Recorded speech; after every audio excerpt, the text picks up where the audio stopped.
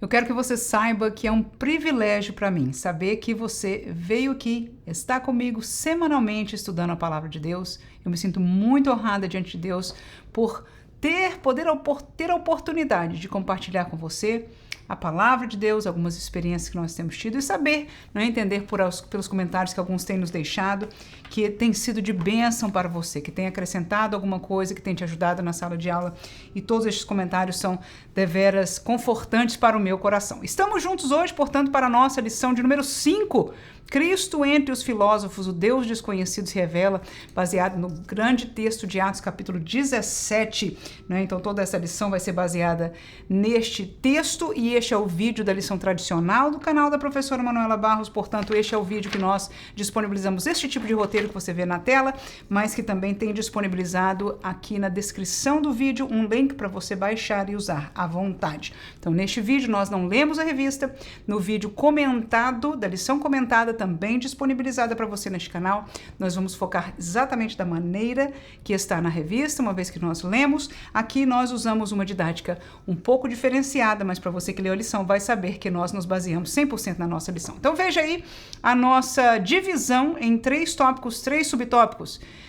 Primeiro, os desafios da evangelização em Atenas. Segundo, os grupos representados em Atenas. E terceiro, a pregação de Paulo em Atenas. Começando o nosso primeiro tópico, os desafios da evangelização em Atenas, nós vamos dividir em 3 subtópicos. Primeiro, intelectuais, mas idólatras. Segundo, na igreja, mas na praça. Terceiro, difícil, mas há interessados. Então, nós entendemos que quando o nosso comentarista, o pastor que está escrevendo o nosso material, colocou essas três realidades aí, dentro do nosso primeiro tópico de estudo, e nós vamos começar com a realidade de que Atenas era um lugar, era uma cidade conhecida e reconhecida pelos seus intelectuais, pela filosofia, por aqueles que se interessavam em pensar nas grandes perguntas que a humanidade faz. Eu vou deixar para você aí esta realidade em 2 textos bíblicos. Primeiro, como parte do próprio texto nosso,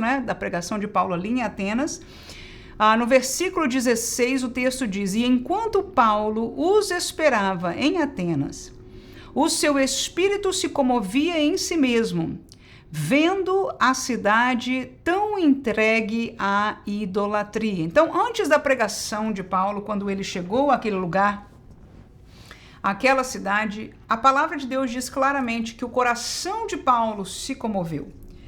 E a comoção de Paulo está ligada com a palavra idolatria, segundo este texto aí que nós lemos. E isto significa, para nosso entendimento biblicamente, a realidade espiritual, a prisão espiritual daquele povo que estava naquela cidade.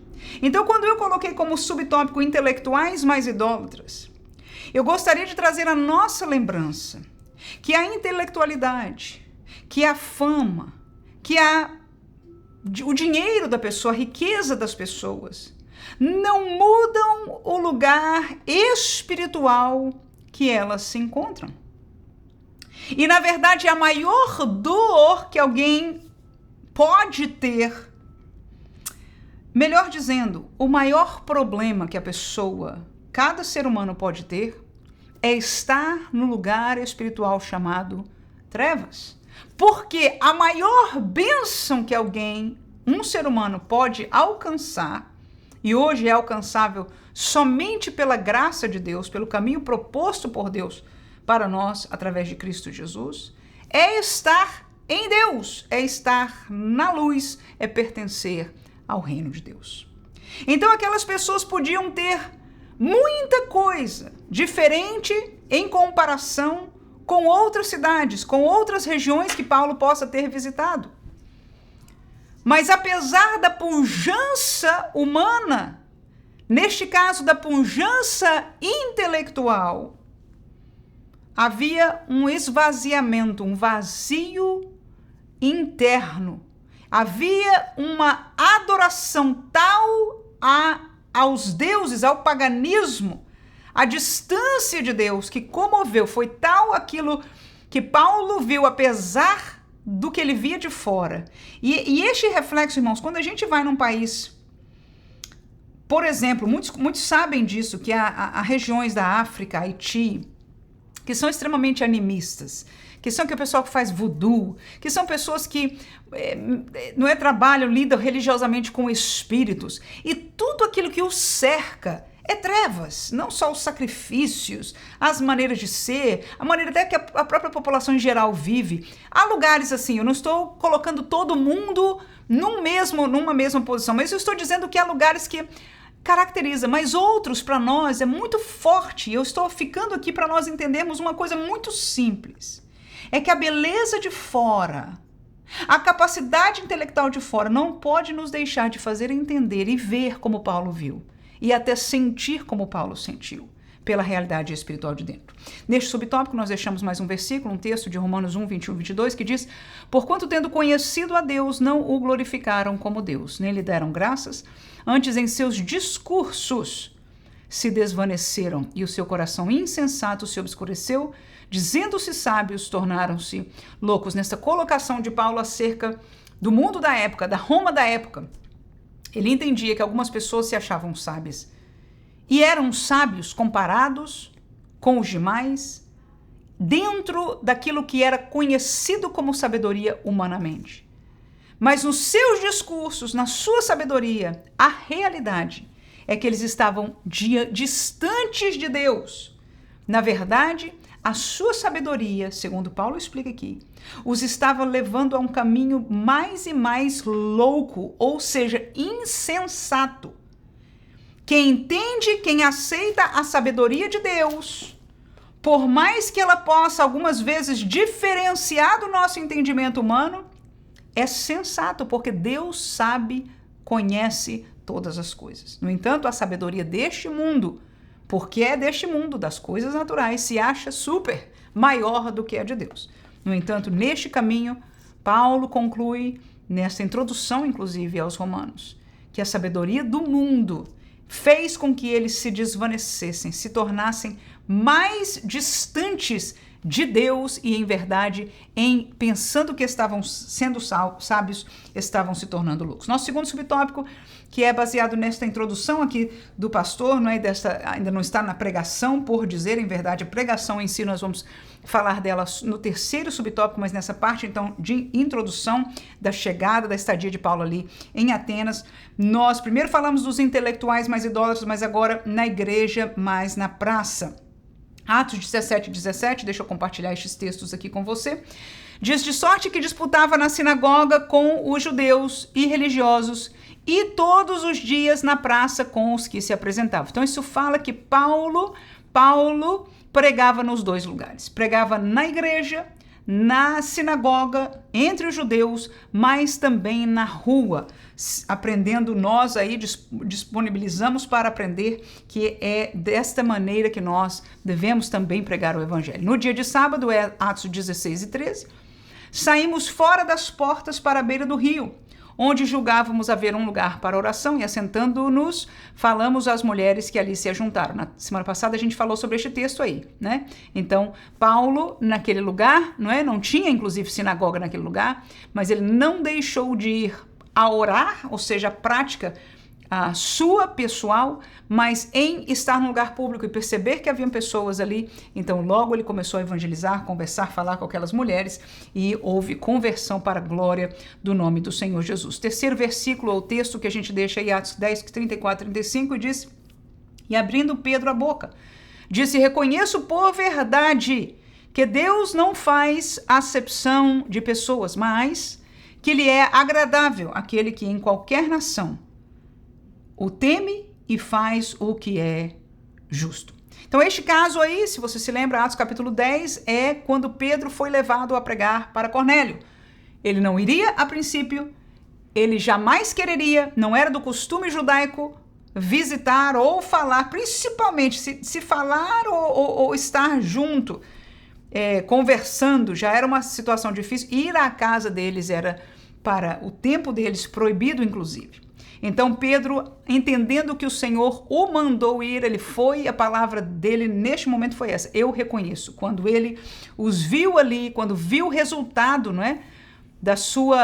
Daquilo que o Cornélio falou para ele, como Deus falou com ele também, né? Ali foi antes da pregação este texto aí, se não me engano, né? Mas que Cornélio contou para ele como Deus se revelou para ele para chamar a Pedro. E aí Pedro falou essas palavras: eu reconheço. Deus não faz acepção de pessoas. E é por isso que nós pregamos a ricos e a pobres. Nós pregamos a doutos e a indoutos. Nós devemos compartilhar a verdade nas universidades, nas escolas, mas também nas ruas e valados, como aprendemos da palavra de Deus. Porque aquele que teme ao Senhor, aquele que tem um coração disposto em qualquer lugar social que ele possa estar, literalmente qualquer lugar. E quando eu falei isso, eu lembrei de uma situação que entre nós nos divide muito. Mas eu quero engrandecer um evangelho que, se nós nos sustentarmos nele, nós vamos compartilhar ele, vamos ser transformados por ele, vamos viver nele e vamos chegar ao céu por causa dele. E este evangelho e os que temem estão nas mais diversas situações deste mundo. Ora, com isso ainda vou fazer mais um parênteses para nós aí. É que estas pessoas que ainda não estão no evangelho, não só estão em lugares sociais diferentes, culturais, eles têm bandeiras diferentes, mas estão numa situação espiritual comum, como nós já falamos no primeiro, pode ser até intelectual, mas eram idólatras, ok? Numa situação espiritual comum, mas eu quero lembrar a nós que porque a situação espiritual é comum, a expressão deste lugar espiritual pode ser gritantemente forte para nós. Por exemplo, alguém que está morrendo literalmente nas drogas. Alguém que, quando você olha para essa pessoa, não só não tem mais peso, não tem mais massa, mas tem os seus braços furados, mas tem a sua feição desfigurada. Esta pessoa precisa, carece. Ele pode até gritar, não querer, demonstrar não querer, mas ele precisa do evangelho. É a única solução para ele. É necessário nós entendermos. É por isso que nós temos que falar em todos os lugares. As pessoas que estão em festas, as pessoas que estão nas ruas, as pessoas que estão pensativas nas paradas de ônibus, não é? Todas as pessoas estão vivendo realidades espirituais que, se não estão em Deus, estão numa realidade espiritual a qual eles precisam do evangelho. Que Deus nos faça atentar e nos dê graça para cumprir esta chamada da igreja do Senhor Jesus. Então nós aprendemos intelectuais, pode ser intelectual, pode ser rico, pode ser o que for, mas a realidade espiritual é que eles são idólatras, não pertence a Deus. Segundo, nós devemos, portanto, anunciar, pregar, ensinar o evangelho na igreja, mas também na praça. E em terceiro lugar, difícil, mas há interessados. 8 de Atos, versículo 34 e 35 diz: e correndo Filipe, ouviu que lia o profeta Isaías e disse: entendes tu o que lês? E respondendo o eunuco a Filipe disse: rogo-te, de quem diz isto o profeta? De si mesmo ou de algum outro? Então Filipe, abrindo a boca e começando na escritura, lhe anunciou a Jesus. Este texto fala de um homem africano que foi a Jerusalém. Eu não li todos os versículos aí do contexto, né? Mas ele foi a Jerusalém para adoração. Ou seja, na fé judaica, ele encontrou alguma coisa, né, que o fez, ligou com ele a ponto de fazê-lo viajar lá para adorar o Deus de Israel. E ele foi. E na volta, este homem tão interessado voltou lendo, literalmente, as escrituras judaicas.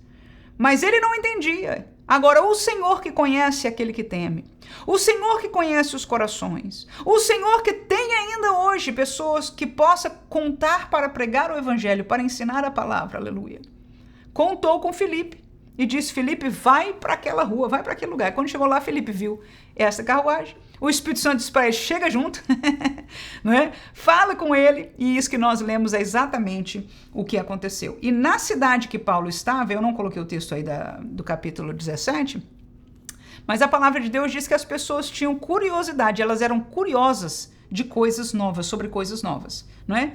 E eu posso imaginar que, porque eles ouviram a Paulo, eles não eram curiosos só sobre coisas, vamos dizer, humanas no contexto ateísta, não é? Somente o materialista, mas em coisas religiosas também. Eles tinham curiosidade.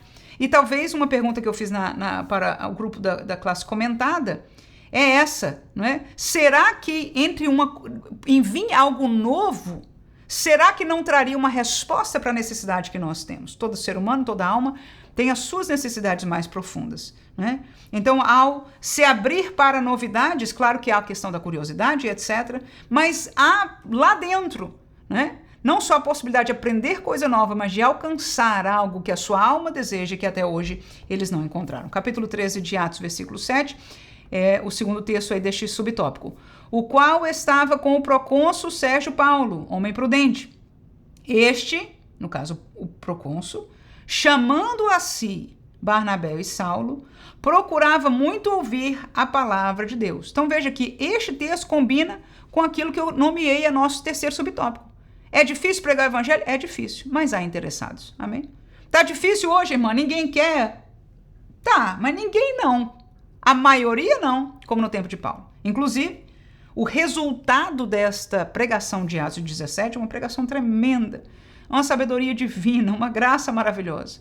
Mas a Bíblia diz que poucos foram os que receberam, os que creram depois dessa pregação. Então nós precisamos entender isso. Nem todos crerão, mas o desejo de Deus, escute por favor que isso é Bíblia. O desejo de Deus é que todos se salvem. Ele deu a Cristo por todos. E o nosso dever, ele nos deu uma missão para pregar a todo mundo, tá aí. Essa é a nossa missão, esse é o nosso dever. Não precisa inventar, a gente não precisa melhorar.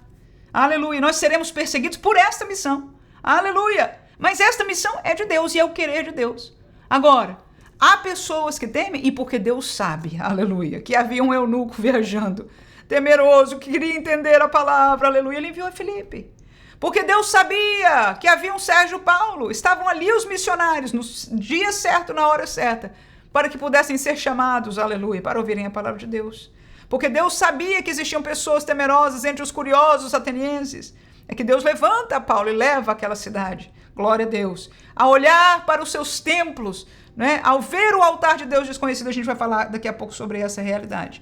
Mas leva Paulo para quê? Porque Deus se interessa a salvar as pessoas. Amém? Então nós vamos para o nosso segundo tópico de estudo. O primeiro foi os desafios da evangelização em Atenas.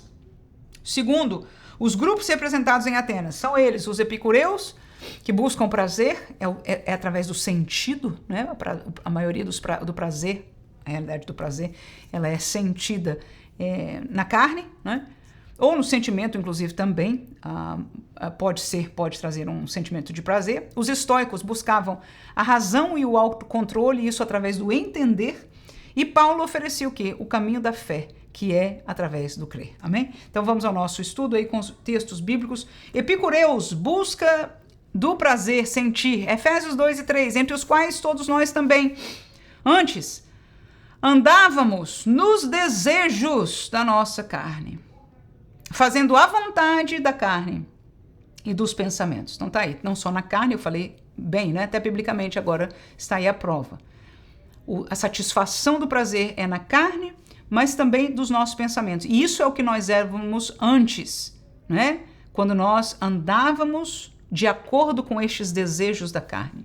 E éramos, diz Paulo terminando aí, por natureza, filhos da ira como os outros também. Então vemos aí que quem busca, quem vive na busca e na vivência somente da vontade da carne, dos pensamentos, ou seja, esta satisfação, esta religião do me agradar, do que me dá prazer, do que é certo para mim porque eu sinto que é bom, porque me faz feliz, né? Era o moto, né? O motriz do entendimento dos epicureus, mas a palavra de Deus diz que este que está aí é por natureza filho da ira, trazendo-nos ao mesmo lugar que nós aprendemos no primeiro subtópico. Qual foi?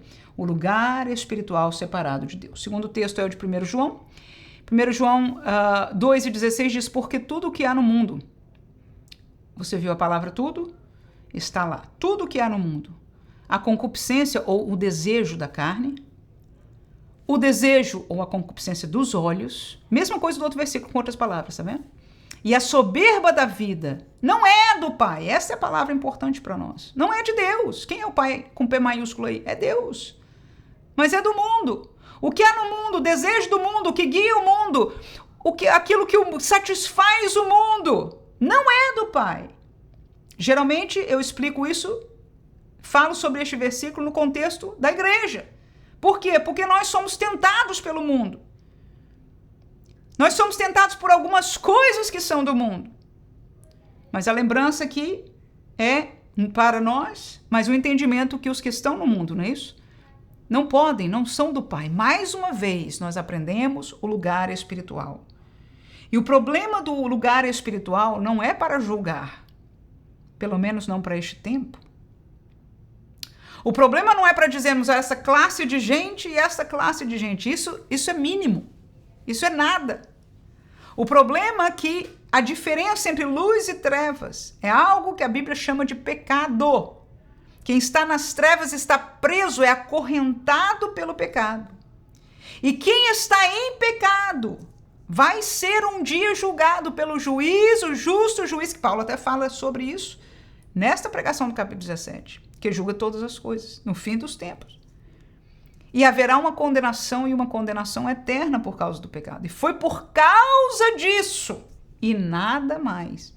Não foi para nos abençoar aqui, não foi para nos enriquecer, não foi para fazer a vida ficar mais fácil. Foi por causa da impossibilidade do homem de pagar, de resolver o problema do pecado e estar condenado eternamente que Deus enviou a Jesus.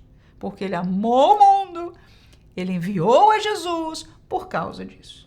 Então nós vemos que tudo que há no mundo, os desejos, a beleza, as luzes, tudo que nos tenta, tudo que mantém as pessoas enraigadas no mundo, não é do Pai.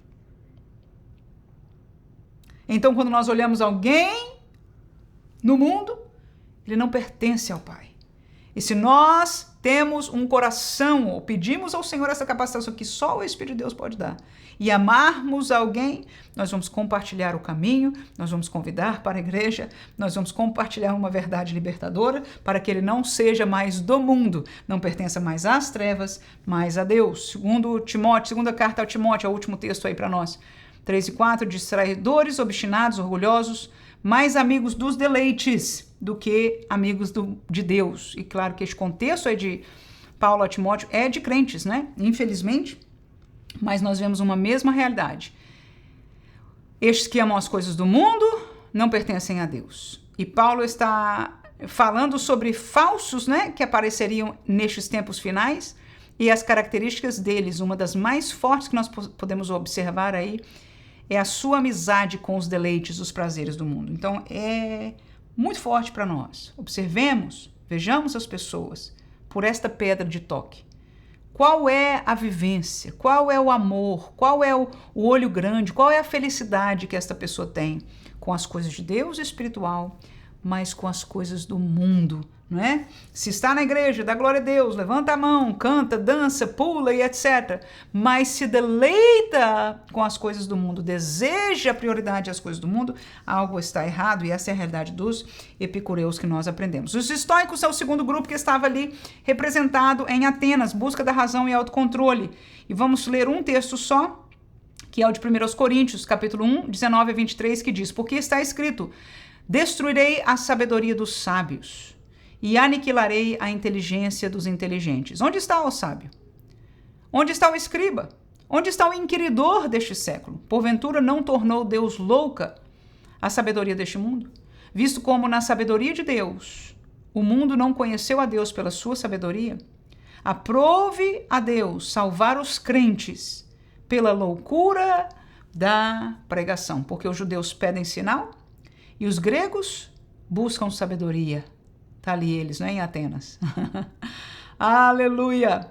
Mas nós pregamos a Cristo crucificado, que é o assunto do próximo subtópico que Paulo oferece, que é escândalo para os judeus e loucura para os gregos. Então, os estoicos buscavam aquilo que é normal para o homem buscar, a razão humana. A razão humana, mas a razão humana, como nós aprendemos aqui, ela não é a sabedoria de Deus. Aleluia. O caminho de Deus, ele é, para a visão da sabedoria humana, é loucura. E nós talvez possamos nos lembrar disso quando não pertencíamos a Deus. Nós devemos nos lembrar disso, entender isso, que o entendimento da palavra é um mistério espiritual. Mas é exatamente por isso que nós não precisamos embalar a verdade de Deus, como nós temos ouvido nos dias de hoje, em uma embalagem pós-moderna, usando palavras, manuseando as coisas estéticas e às vezes até éticas para que a palavra chegue a alguém. Não funciona assim. Porque nós não podemos usar, nem desde o tempo dos gregos, nem os judeus, Paulo diz aí, tudo isso é sabedoria do homem, é sabedoria de Deus, não tem nada disso, não é? E a loucura dessa pregação é que é escândalo para eles, no entanto, é a verdade de Deus que traz salvação.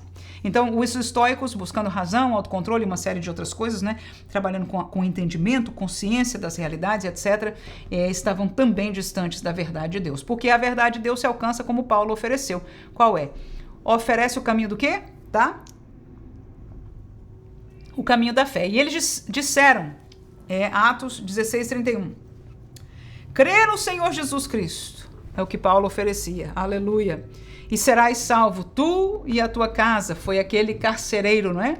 Romanos 10:9 diz Paulo também a saber, se com a tua boca confessares ao Senhor Jesus e em teu coração creres que Deus o ressuscitou dos mortos, serás salvos. E o terceiro e último conhecido texto nosso de Efésios 2:8-9, porque pela graça sois salvos por meio da fé. Isto não vem de vós, é dom de Deus, não vem das obras, para que ninguém se glorie. E é muito importante, muito simples esse entendimento, mas muito importante para nós, principalmente nós que caminhamos mais e mais no caminho de Deus, tem muitos anos, alguns de nós até, como foi a minha pessoa desde a infância, né, desde o meu nascimento, praticamente, na igreja.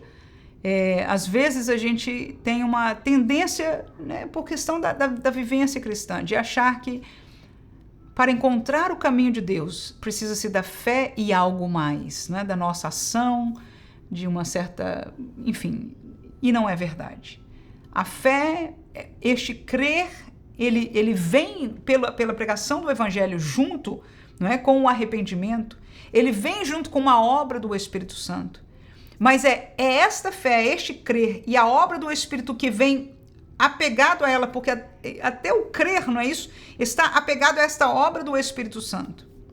O nosso trabalho é falar, é pregar. Como crerão, se não há quem pregue, não é assim? No entanto, a partir daí, a palavra de Deus, ela é levada ao coração do homem. Essa loucura da pregação para a sabedoria humana, ela é levada para o lugar espiritual que somente o Espírito pode carregar. E ali, entrando na pessoa, fazendo-se real para ele ou ela, a pessoa pode decidir.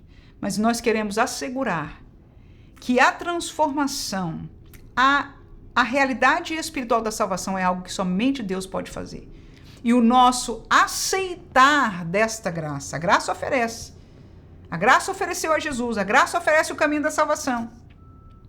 Mas o nosso aceitar vem pela fé em Cristo Jesus e nada mais. Nós vamos ao terceiro tópico do nosso estudo. O primeiro, então, foi os desafios da evangelização em Atenas. O segundo, os grupos representados em Atenas. E, por fim, nós vamos terminar com a própria pregação de Paulo, né?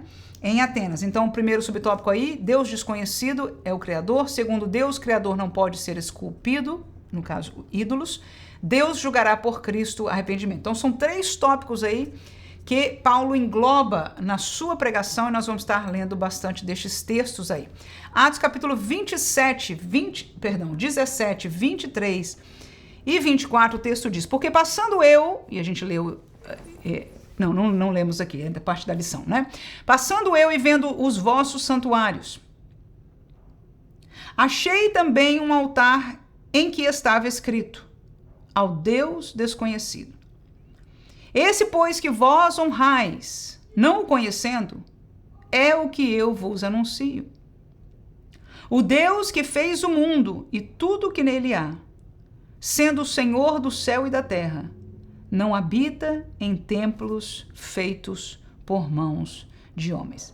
A retórica, a capacidade de Paulo de explicar, de alcançar o entendimento daquelas pessoas ali é fantástica. A maneira dele apresentar Deus para um povo pagão é um aprendizado muito grande para nós que não temos, né, esta vivência com um mundo pagão que não conhece nada do Deus Criador, nada do Deus da Bíblia, nada da Bíblia, glória a Deus. Mas o que nós vemos aí é que a primeira lição para quem prega a pessoas pagãs que não conhecem a Deus é apresentar este Deus. E a apresentação mais contundente para estes é aquilo que ele pode alcançar. Enquanto a realidade de Jesus, a realidade do pecado, não é clara, não é 100% clara, sim o sofrimento, a realidade do desejo mais profundo da alma. Mas este desejo vincula, clama, a criatura está clamando ao Criador. E é aí que Paulo vincula neste momento. Veja que Paulo vai apresentar a Jesus de uma maneira nesta pregação. Mas o foco dele, e o interessante é nós, como um parênteses aí, entendermos que hoje nós temos grupos, até mesmo dentro da Europa. Eu vi uma programação que falava sobre fazendas. E da pessoa que estava lá, essas coisas que eles fazem, que filmam, né? E uma pessoa, ele não era um artista, mas enfim, era uma pessoa famosa e estava fazendo coisa e contratou um rapaz para ajudá-lo no seu trabalho ali da fazenda dele, ok? E ele mencionou alguma coisa de Moisés, e o rapaz falou: Moisés? Quem é Moisés? Mas ele mencionou num contexto que todo mundo saberia que está falando a história de Moisés. Ele disse: você não conhece Moisés? O Moisés da Bíblia? Você nunca ouviu mais? Não. Então, quando ele fez mais perguntas, mostrou para mim uma realidade que eu não imaginava, que um jovem na Europa, e depois eu descobri que essa é a realidade em alguns outros tantos lugares, de outras pessoas aqui onde eu moro, nos Estados Unidos, que é um país conhecido como país cristão. E pode ser que até hoje nós vivamos isso em outros países que a gente não pensa isso acontecer. Eu quero dizer para você que aquele jovem ali devia ter o quê? Os seus 26 anos por aí de idade. Nunca tinha ouvido falar da Bíblia, de nada relacionado com a Bíblia e do Deus Criador. Tudo para ele, e a maneira que ele falou debochadamente, como quem diz, isso é mitologia, não é? Mas ele não falou como quem conhece nada, literalmente um desconhecimento total. E essa é a realidade que Paulo viveu naquela época. E para nós hoje, conhecendo a história, né, do mundo, a gente diria, é impossível no mundo de hoje alguém, a não ser que em áreas remotas, indígenas e etc., mas fora deste contexto a gente pensa que é impossível, mas já não é mais. E essa é a palavra correta, já não é mais, ok? Então, nós vemos aí que a maneira de apresentar o evangelho, o mesmo evangelho, é ligar as pessoas aquilo que elas conseguem entender. Eles foram criados. Quem deu o fôlego de vida? Quem deu essa inteligência? Os filósofos tomaram tempos, gerações, né? Todo tempo, todo estudo, toda a razão humana para encontrar, para se responder aquilo que a palavra de Deus, a revelação de Deus nos dá gratuitamente. E é neste contexto, então, que Paulo apresenta o Deus que eles desconheciam, né? Através de ter andado naquele templo ali, e ver, né? Por acaso aconteceu de estar lá um lugar vazio. E ele aproveitou, como o pastor chamou, de ponte. Veja que ponte não é sincretismo. Ponte não significa Deus mais o ídolo. Ponte significa a maneira que você entende, o que você tem como conceito, né? Eu vou te levar à verdade do evangelho, que não muda, né? Que não é maleável, que não se mistura com nada mais. É somente uma forma de comunicar aí, e isso Paulo viveu usando uma sabedoria divina naquele momento. O texto seguinte é Atos 14, e 15, que diz: nós também somos homens como vós, sujeitos às mesmas paixões, e vos anunciamos que vos convertais dessas vaidades, ou seja, dos ídolos, ao Deus vivo, que fez o céu e a terra, e o mar, e tudo quanto neles há. Então veja que Paulo, mais uma vez, em outra pregação, em outra palavra, né, chama a converter dos ídolos ao Deus Criador, ao Deus, aquilo que a pessoa conhece. Quem fez, eu quero dizer para você, quem fez o céu, quem fez a terra, tudo que há neles é este Criador. E o que vocês têm que fazer, o arrependimento para vocês, tem esta virtude, este rosto. Qual é? Deixa os deuses que você aprendeu, que você criou, que você cresceu ouvindo deles, e volte-se, pertença àquele que verdadeiramente criou, não só a terra, o céu, mas tudo que há nele. Que lindo, né? A palavra de Deus. Segundo subtópico, o Deus Criador não pode ser esculpido, não pode ser como um ídolo. Capítulo ainda 17 lá dessa pregação que nós estamos aprendendo dela, versículo 29, diz: sendo nós, pois, geração de Deus, ou seja, gerados de Deus. Se nós viemos de Deus, nós fomos criados por Deus. Se Deus é maior do que nós, não havemos de cuidar que a divindade seja semelhante ao ouro, ou à prata, ou à pedra esculpida por artifício e imaginação dos homens. Ou seja, não, se nós viemos de Deus, Deus não pode ser algo que nós possamos fazer, que nós possamos imaginar, bolar, imaginar como é que é a aparência e fazer com coisas materiais. Não faz sentido. Então, Paulo estava sendo usado com uma sabedoria grandíssima ali para alcançar aquelas vidas que raciocinavam daquela maneira, passavam o seu tempo, gastavam, né, buscando, trazendo dentro da lógica, da razão, né, toda essa realidade. Enquanto os epicureus buscavam o prazer, na palavra de Paulo, ele fala ainda que as pessoas tateando, ou seja, Paulo faz-nos entender ali que há um desejo intrínseco na humanidade, aleluia, de encontrar-se com o seu Criador. E ele fala claramente, Deus não é inerte a este desejo, aleluia. Por que não dizer Deus colocou? E é verdade, é verdade. A consciência, essa consciência moral dentro do homem, que o faz desejar, anelar, entender. É verdade que algumas vezes ele entra em contato com a revelação e nega, ele não quer, tudo bem. Mas dentro dele há isso. Então, é algo que abriu os olhos aqueles que temiam, aqueles que queriam, aleluia, alcançaram e tiveram a oportunidade, porque a palavra foi pregada nessa dimensão própria para eles e Deus usou a Paulo ali, não é? 1 Coríntios capítulo 10, versículo 20, ainda diz: antes digo que as coisas que os gentios sacrificam, as sacrificam aos demônios e não a Deus. E não quero que sejais participantes com os demônios. Este texto aí é uma orientação para a igreja, mas é uma lição em relação à realidade do campo missionário pagão que Paulo estava. Qual é? É que a gente pode dizer, estão fazendo sacrifícios, tem a sua religião, é a sua religião. Paulo está nos esclarecendo que não é só uma religião, é literalmente trevas. E que dentro das trevas há Satanás, aleluia. E há demônios. E esta realidade, estas religiões, que não são a luz, escute por favor, toda tentativa do homem, toda comunicação espiritual do homem, presta atenção que isso é muito profundo, mas muito importante para nós. Toda conexão espiritual, eu não estou falando agora mais das coisas humanas, eu estou falando de conexões espirituais. Presta atenção que isso aqui é profundo e forte. Todas as coisas, a nossa interação espiritual, se não é com a luz, é com as trevas. Alguém pode fazer determinados sacrifícios, determinadas coisas, só na dimensão humana? Eu acho que é possível. Mas Paulo está nos lembrando que aqueles ídolos, que aquelas imagens, que aqueles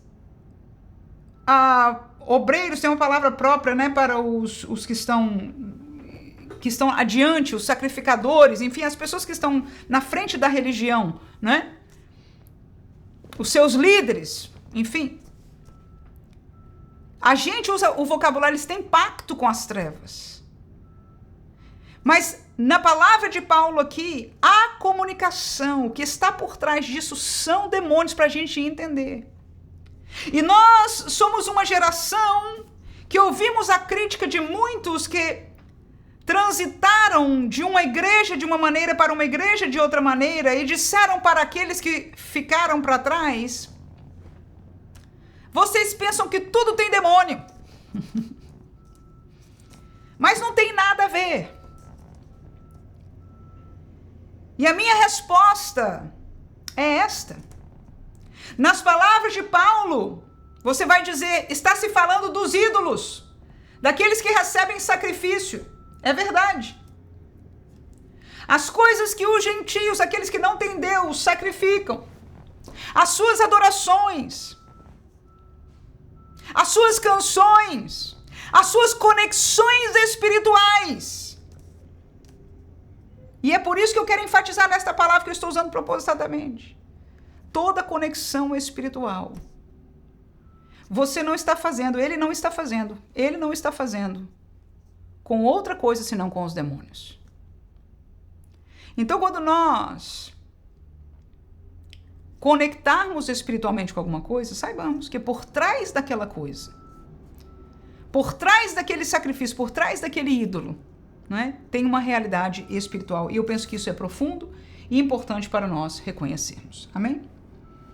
O que Paulo explicou, basicamente aqui, terminando, né, o segundo subtópico, é que esse aí não é Deus.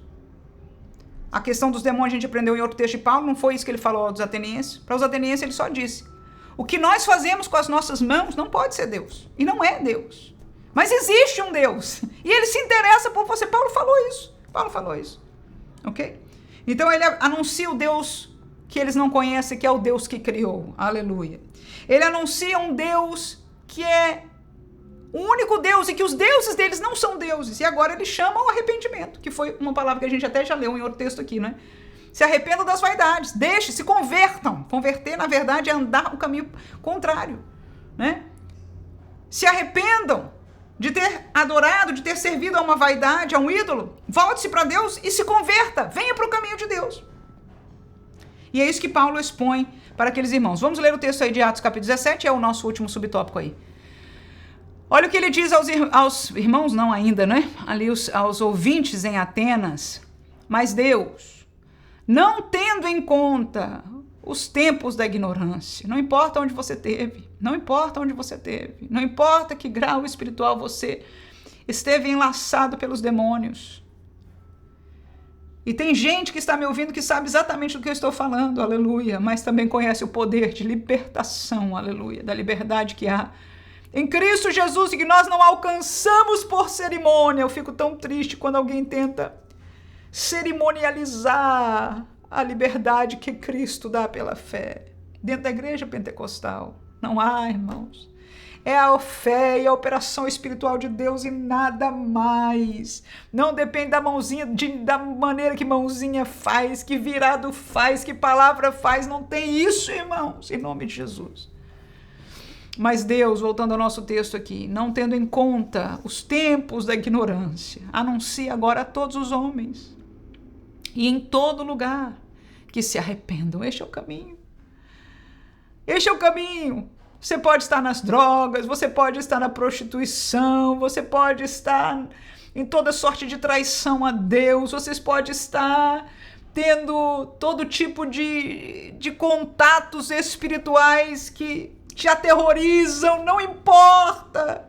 Há um anúncio, isso é o que o evangelho faz, é anunciar a todos os homens e em todo lugar, inclusive dentro da igreja, que se arrependam.